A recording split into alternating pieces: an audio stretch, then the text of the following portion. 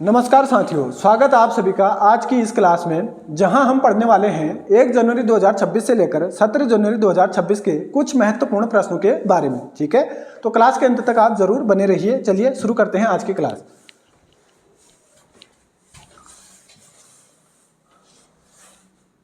आज का पहला प्रश्न है, वर्ष 2026 में जैव विविधता पर 17वें संयुक्त राष्ट्र सम्मेलन COP17 की मेजबानी किस देश द्वारा की जाएगी। ठीक है, तो ये की जाएगी अभी आपका आर्मेनिया द्वारा। ठीक है, जानते हैं इसके बारे में थोड़ा। तो वर्ष 2026 में आर्मेनिया की मेजबानी में येरेवान में, ठीक है, जैव विविधता पर 17वें संयुक्त राष्ट्र सम्मेलन COP17 का आयोजन किया जाएगा। ठीक है, और इसका स्लोगन अभी जारी किया गया है। इसका स्लोगन है प्रकृति के लिए कार्यवाही करना। ठीक है, टॉकिंग एक्शन फॉर नेचर। ठीक है, और COP फर्स्ट का प्रथम संस्करण हुआ था आपका वर्ष 1994 में, कहाँ, बहामास। ठीक है, जो कि उत्तरी अमेरिका महाद्वीप का एक देश है। और COP16 की अगर बात की जाए तो ये हुआ था आपका वर्ष 2024 में कोलंबिया। ठीक है, जो कि दक्षिण अमेरिका महाद्वीप का एक देश है। ठीक है, बढ़ते हैं अगले प्रश्न की ओर। अगला प्रश्न है आपका, अगला प्रश्न है 87वीं सीनियर राष्ट्रीय बैडमिंटन चैंपियनशिप 2025 में पुरुष एकल का खिताब हाल ही में किसने जीता है। ठीक है, तो ये जीता था आपका ऋत्विक संजीव एस ने। ठीक है, ऋत्विक संजीव एस। जानते हैं इनके बारे में थोड़ा। तो ऋत्विक संजीव एस ने भरत राघव को फाइनल में हराकर 87वीं सीनियर राष्ट्रीय बैडमिंटन चैंपियनशिप 2025 में पुरुष एकल का खिताब जीता था। ठीक है, वहीं महिला एकल खिताब की अगर बात की जाए तो ये जीता था आपका सूर्या करिश्मा तमीरी ने। ठीक है, किसे, तन्वी पत्री को हराकर। ठीक है, और इसका आयोजन हुआ था आपका विजयवाड़ा आंध्र प्रदेश में। और यह भारत का सबसे बड़ा घरेलू टूर्नामेंट है। ठीक है, कौन सा सबसे बड़ा घरेलू टूर्नामेंट है, और इसे कराता है आपका BAI। ठीक है, जिसकी फुल फॉर्म होती है बैडमिंटन एसोसिएशन ऑफ इंडिया। ठीक है, इसकी स्थापना होती है 1934 में, और इसका मुख्यालय भी है नई दिल्ली में। और वर्तमान अध्यक्ष हैं इसके हेमंत बिश्वा शर्मा जी। ठीक है, जो कि असम के मुख्यमंत्री हैं। ठीक है, इतनी जानकारी यहाँ से याद रखिए। बढ़ते हैं अगले प्रश्न की ओर। अगला प्रश्न है, पृथ्वी के दक्षिणी ध्रुव पर पहुंचने वाली सबसे कम उम्र की भारतीय महिला हाल ही में कौन बनी है। ठीक है, तो ये बनी थी आपकी काम्या कार्तिकेयन जी। ठीक है, जैसा कि आप तस्वीर में देख पा रहे हैं, ये है काम्या कार्तिकेयन जी। और जानते हैं इनके बारे में थोड़ा। तो पर्वतारोही हैं काम्या कार्तिकेयन हाल ही में पृथ्वी के दक्षिणी ध्रुव पर स्कीइंग करके पहुंचने वाली सबसे कम उम्र, ठीक है, मात्र 18 वर्ष की यह महिला भी बन चुकी हैं। ठीक है, कौन, काम्या कार्तिकेयन जी। और इनके बारे में अगर बात किया जाए तो इनका संबंध है मुंबई महाराष्ट्र से। और वह 17 साल की उम्र में दुनिया के सभी 7 महाद्वीपों की सबसे ऊंची चोटियों को फतह कर चुकी हैं। ठीक है, और उन्होंने 20 मई 2024 में मात्र 16 वर्ष की उम्र में दुनिया की सबसे ऊंची चोटी माउंट एवरेस्ट को फतह किया था। ठीक है, इतनी जानकारी यहाँ से याद रखिए। बढ़ते हैं अगले प्रश्न की ओर। अगला प्रश्न है आपका, अगला प्रश्न है, हाल ही में भारत किस देश को पछाड़कर दुनिया की चौथी सबसे बड़ी अर्थव्यवस्था वाला देश बना है। ठीक है, तो ये बना था जापान को पछाड़कर। ठीक है, जानते हैं इसके बारे में। तो हाल ही में भारत ने जापान को पछाड़कर दुनिया की चौथी सबसे बड़ी अर्थव्यवस्था वाला देश बनकर अभी उभरा है। कौन, भारत देश। ठीक है, और वर्ष 2025 में 4.18 ट्रिलियन डॉलर यानी कि 350 लाख करोड़ रुपए, ठीक है, भारतीय रुपए में, के साथ अमेरिका, चीन, जर्मनी के बाद चौथी सबसे बड़ी अर्थव्यवस्था वाला देश बनकर अभी कौन उभरा है, भारत। ठीक है, और जापान अभी आ गया है आपका 5वें स्थान पर। ठीक है, इतनी जानकारी यहाँ से याद रखिए। बढ़ते हैं अगले प्रश्न की ओर। अगला प्रश्न है, DRDO द्वारा हाल ही में किस मिसाइल का सफल परीक्षण किया गया है। ठीक है, तो अभी किया गया था ये प्रलय का। ठीक है, देखते हैं इसके बारे में। तो DRDO द्वारा ओडिशा के चांदीपुर स्थित अब्दुल कलाम द्वीप से लगातार 1 घंटे के अंतराल में एक ही लॉन्चर से, ठीक है, एक ही लॉन्चर से लगातार 2 बार सफलतापूर्वक परीक्षण किया गया है। और इसकी रेंज रहने वाली है प्रलय मिसाइल की, इसकी रेंज रहेगी 150 से 500 किलोमीटर। ठीक है, 150 किलोमीटर से 500 किलोमीटर तक यह मार सकता है। ठीक है, और जो 500 से 1000 kg पेलोड ले जाने में सक्षम भी है। ठीक है, यानी कि बम हथियार ले जाने में, ठीक है, सक्षम है 500 से 1000 kg तक का। ठीक है, और इसकी स्पीड रहने वाली है 7000 से 7500 किलोमीटर प्रति घंटा। ठीक है, और वहीं देखें, DRDO द्वारा उड़ीसा के चांदीपुर स्थित एकीकृत परीक्षण रेंज से Pinaka long range guided missile जिसे बोलते हैं LRGR-120 का भी सफल परीक्षण किया गया था, ठीक है। और इसकी रेंज रहने वाली है 120 किलोमीटर, ठीक है। 120 किलोमीटर तक यह मिसाइल मार सकती है, ठीक है। बात आई यहाँ DRDO की, तो इसका फुल फॉर्म होता है defence research and development organisation, और इसकी स्थापना होती है 1 जनवरी 1958 को, और इसका मुख्यालय भी है आपका नई दिल्ली में, और वर्तमान अध्यक्ष हैं डॉक्टर समीर V कामत, ठीक है। इतनी जानकारी DRDO से याद रखिए। बढ़ते हैं अगले प्रश्न की ओर। अगला प्रश्न रहने वाला है आपका 8वें वेतन आयोग का गठन करने वाला देश का पहला राज्य हाल ही में कौन बना है, ठीक है। तो ये बना था आपका असम राज्य, ठीक है। ये हैं आपके असम के मुख्यमंत्री हेमंत बिस्वा शर्मा जी, ठीक है। तो असम सरकार 1 जनवरी 2026 को 7वें वेतन आयोग का कार्यकाल खत्म होने से पहले ही 8वें वेतन आयोग को गठन करने वाला देश का पहला राज्य भी बन गया है, ठीक है। और इस आयोग का गठन पूर्व मुख्य सचिव शुभम दास की अध्यक्षता में किया गया तथा इसकी घोषणा मुख्यमंत्री हेमंत बिस्वा शर्मा जी द्वारा की गई थी, ठीक है। और यह आयोग 18 माह में अपनी रिपोर्ट सौंपेगा, ठीक है। बात आई यहाँ असम की, तो असम की राजधानी है आपका दिसपुर में, और राज्यपाल यहाँ के हैं लक्ष्मण प्रसाद आचार्य, और मुख्यमंत्री यहाँ के हेमंत बिस्वा शर्मा जी, ठीक है। इतनी जानकारी यहाँ से याद रखिए। बढ़ते हैं अगले प्रश्न की ओर। अगला प्रश्न रहने वाला है आपका वर्ष 2026 में G7 शिखर सम्मेलन का आयोजन किस देश की मेजबानी में किया जाएगा, ठीक है। तो ये किया जाएगा आपका फ्रांस की मेजबानी में, ठीक है। देखते हैं इसके बारे में थोड़ा। तो जनवरी 2026 में संयुक्त राष्ट्र सुरक्षा परिषद के 5 नए सदस्य देश थे, कोलंबिया, बहरीन, कांगो, लाइबेरिया और लातविया, ठीक है। ये बने थे आपके 5 अस्थायी सदस्य देश, ठीक है। और UNSC के कुल सदस्य देश हैं 15, ठीक है, जिसमें होते हैं 5 स्थायी और 10 अस्थायी, ठीक है। और स्थायी सदस्य देशों की अगर बात की जाए तो यह है आपके अमेरिका, ब्रिटेन, फ्रांस, रूस और चीन, ठीक है। और इसमें अस्थायी सदस्य देशों का कार्यकाल होता है 2 वर्ष का, और भारत UNSC का 8 बार अस्थायी सदस्य देश अभी रह चुका है, ठीक है। और UNSC अंतर्राष्ट्रीय शांति और सुरक्षा बनाए रखने के लिए विभिन्न देशों का एक क्या है, संगठन है, ठीक है। और बात आई है संयुक्त राष्ट्र की, तो इसकी स्थापना होती है 24 अक्टूबर 1945 को।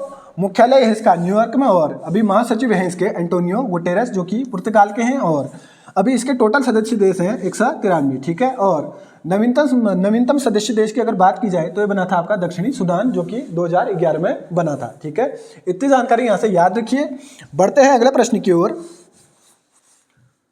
अगला प्रश्न है परमाणु ऊर्जा नियामक बोर्ड जिसे बोलते हैं AERB का अध्यक्ष हाल ही में किसे नियुक्त किया गया है, ठीक है। तो ये किया गया था आपका A.K. बालासुब्रमण्यम जी को, ठीक है। देखते हैं इनके बारे में थोड़ा। तो हाल ही में परमाणु ऊर्जा नियामक बोर्ड के अध्यक्ष के रूप में A.K. बालासुब्रमण्यम जी को नियुक्त किया गया है, ठीक है। और उन्होंने स्थान लिया था डॉक्टर D.K. शुक्ला जी का, ठीक है। और परमाणु ऊर्जा नियामक बोर्ड के बारे में अगर बात की जाए तो इसकी स्थापना होती है 1983 में, ठीक है। मुख्यालय इसका मुंबई महाराष्ट्र में, और वर्तमान अध्यक्ष हैं अभी A.K. बालासुब्रमण्यम जी, ठीक है। इतनी जानकारी यहाँ इस प्रश्न से याद रखिए। बढ़ते हैं अगले प्रश्न की ओर। अगला प्रश्न है आपका संगीत कला निधि पुरस्कार 2026 से हाल ही में किसे सम्मानित किया गया है, ठीक है। तो ये किया गया था आपका R.K. श्री राम कुमार जी को, ठीक है, जो कि ये हैं तस्वीर में आप देख पा रहे हैं, ये हैं R.K. श्री राम कुमार जी, ठीक है। तो हाल ही में वायलिन वादक हैं R.K. श्री राम कुमार को कर्नाटक संगीत में संगीत कला निधि पुरस्कार 2026 प्रदान किया गया है, और इस पुरस्कार की स्थापना होती है वर्ष 1942 में, ठीक है, मद्रास संगीत अकादमी द्वारा। और पुरस्कार स्वरूप एक स्वर्ण पदक और प्रमाण पत्र प्रदान किया जाता है, ठीक है। इतनी जानकारी इस प्रश्न से याद रखिए। बढ़ते हैं अगले प्रश्न की ओर। अगला प्रश्न है नृत्य कला निधि पुरस्कार 2026 से हाल ही में किसे सम्मानित किया गया है, ठीक है। तो यह सम्मान दिया गया था आपका उर्मिला सत्यनारायण जी को, ठीक है। यह है आपकी उर्मिला सत्यनारायण जी, ठीक है। जानते हैं इनके बारे में थोड़ा।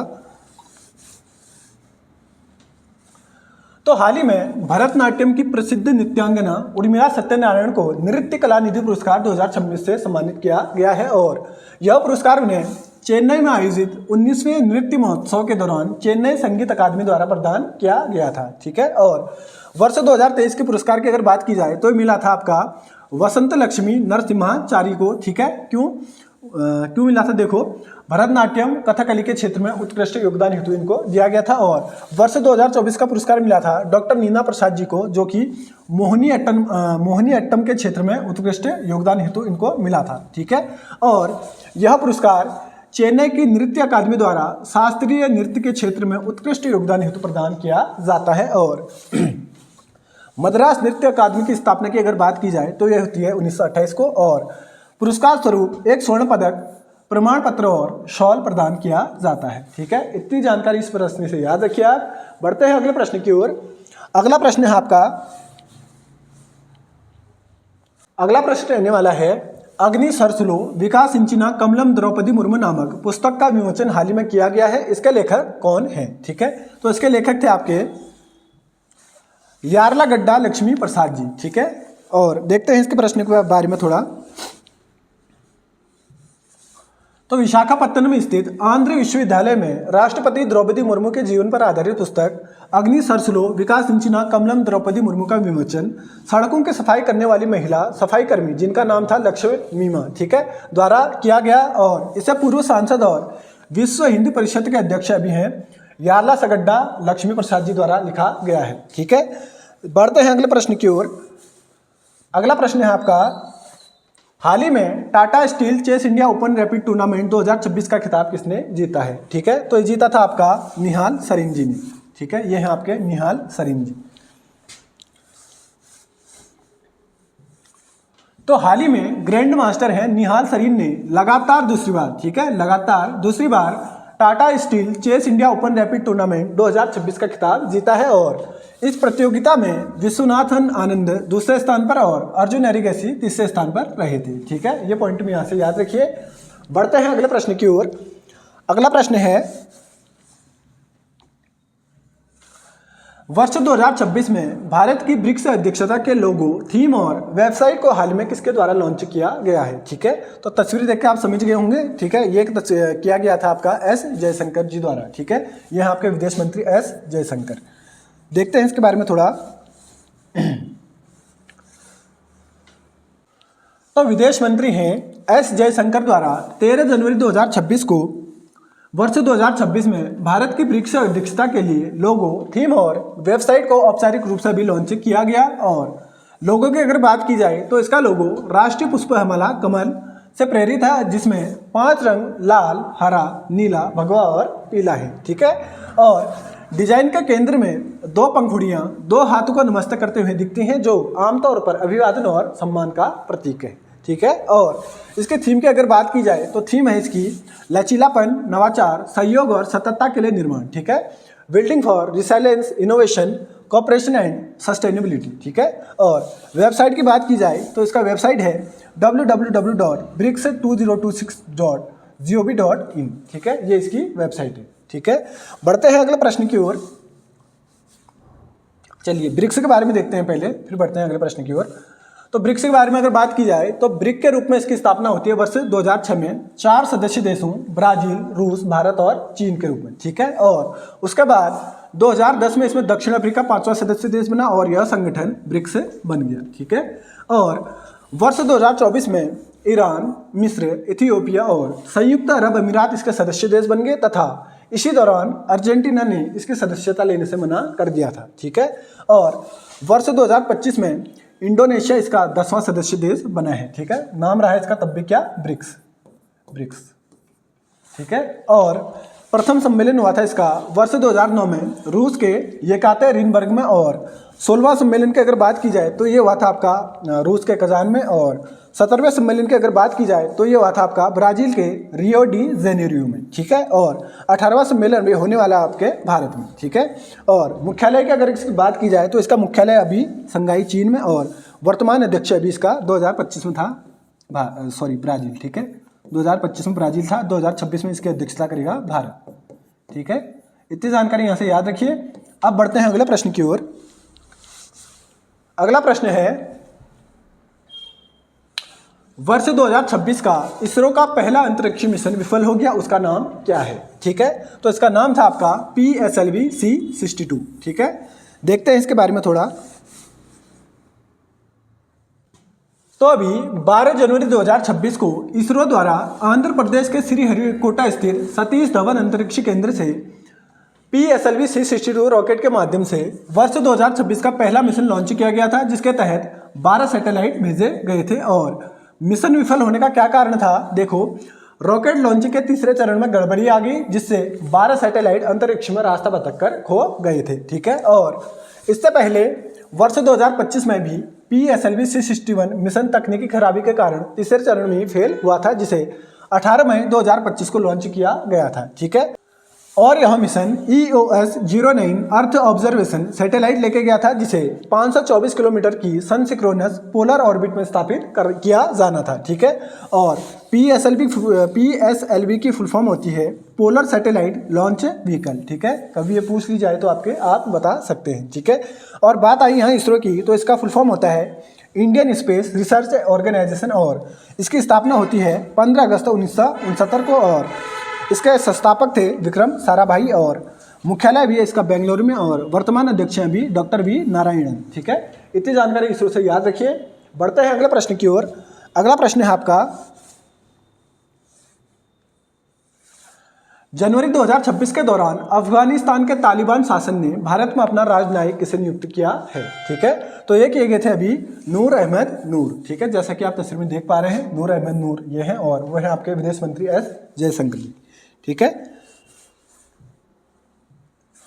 तो अफगानिस्तान के तालिबान पर नियंत्रण के लगभग 5 साल बाद, ठीक है, 5 साल बाद भारत में पहले राजनयिक के रूप में नूर अहमद नूर को नियुक्त किया गया है। ठीक है, और उन्होंने दिल्ली आकर अफगान दूतावास में अपना पदभार ग्रहण किया है, और वर्ष 2021 में तालिबान ने अफगान सरकार पर कब्जा किया था और वहाँ स्वयं का शासन स्थापित किया था। ठीक है, और बात आई यहाँ अफगानिस्तान की, तो इसकी राजधानी है काबुल में। ठीक है, मुद्रा की बात की जाए तो यहाँ मुद्रा अफगानी रुपया, और प्रधानमंत्री यहाँ के अभी मुल्ला मोहम्मद हसन अंखुद है, और आधिकारिक भाषा है यहाँ की पश्तो और फारसी। ठीक है, इतनी जानकारी यहाँ से याद रखिए।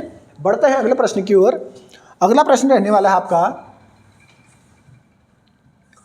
हाल ही में क्रिकेट में 28,000 रन बनाने वाले विश्व के दूसरे खिलाड़ी कौन बने हैं? ठीक है, तो ये बने थे आपके विराट कोहली। ठीक है, जैसा कि आप तस्वीर में देख कर समझ गए होंगे। ठीक है,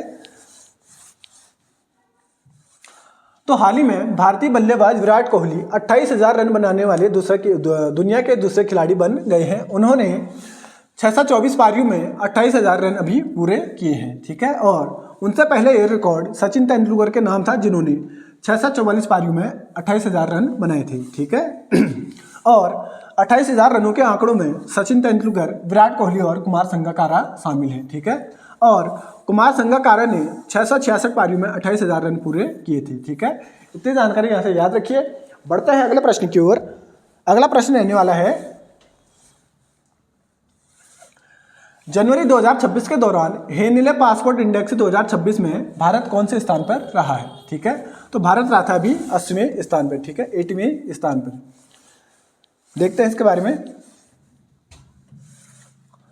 तो हेनले एंड पार्टनर्स द्वारा जारी हेनले पासपोर्ट इंडेक्स 2026 में भारत 80वें स्थान पर रहा है, जो भारतीय नागरिकों को 55 देशों की वीजा मुक्त यात्रा प्रदान करता है। ठीक है, यानी कि 55 देशों में बिना वीजा के घूम सकते हैं। और वहीं सिंगापुर शीर्ष स्थान पर रहा, जो 192 देशों की वीजा मुक्त यात्रा प्रदान करता है। और वर्ष 2025 में भारत 85वें स्थान पर रहा था। ठीक है, तो अभी 5 पायदान खिसक के नीचे आ गया अपना भारत। ठीक है, और शीर्ष देश की अगर बात की जाए तो पहला आपका रहा था सिंगापुर। ठीक है, दूसरे स्थान पर रहे थे आपके जापान और दक्षिण कोरिया, और तीसरे स्थान पर रहा था आपका डेनमार्क, लग्जमबर्ग, स्पेन, स्वीडन और स्विट्जरलैंड। ठीक है, अगला प्रश्न है आज का, जनवरी 2026 में जारी आईसीसी वनडे रैंकिंग में कौन सा बल्लेबाज शीर्ष स्थान पर रहा है? ठीक है, तो तस्वीर देखकर आप समझ गए होंगे, ये रहे थे विराट कोहली। ठीक है, देखते हैं इसके बारे में थोड़ा।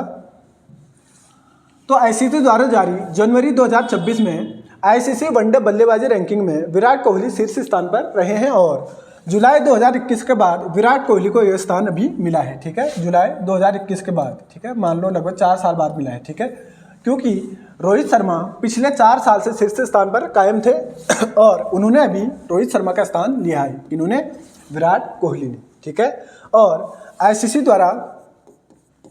आईसीसी द्वारा जारी रैंकिंग के अनुसार शीर्ष बल्लेबाज अभी विराट कोहली प्रथम स्थान पर, दूसरे स्थान पे आपके डेरिल मिचेल जो कि न्यूजीलैंड के हैं, और तीसरे स्थान पे आपके रोहित शर्मा। ठीक है, बात आई यहाँ आईसीसी की, तो आईसीसी का फुल फॉर्म होता है इंटरनेशनल क्रिकेट काउंसिल। ठीक है, इसकी स्थापना होती है 15 जून 1909 को।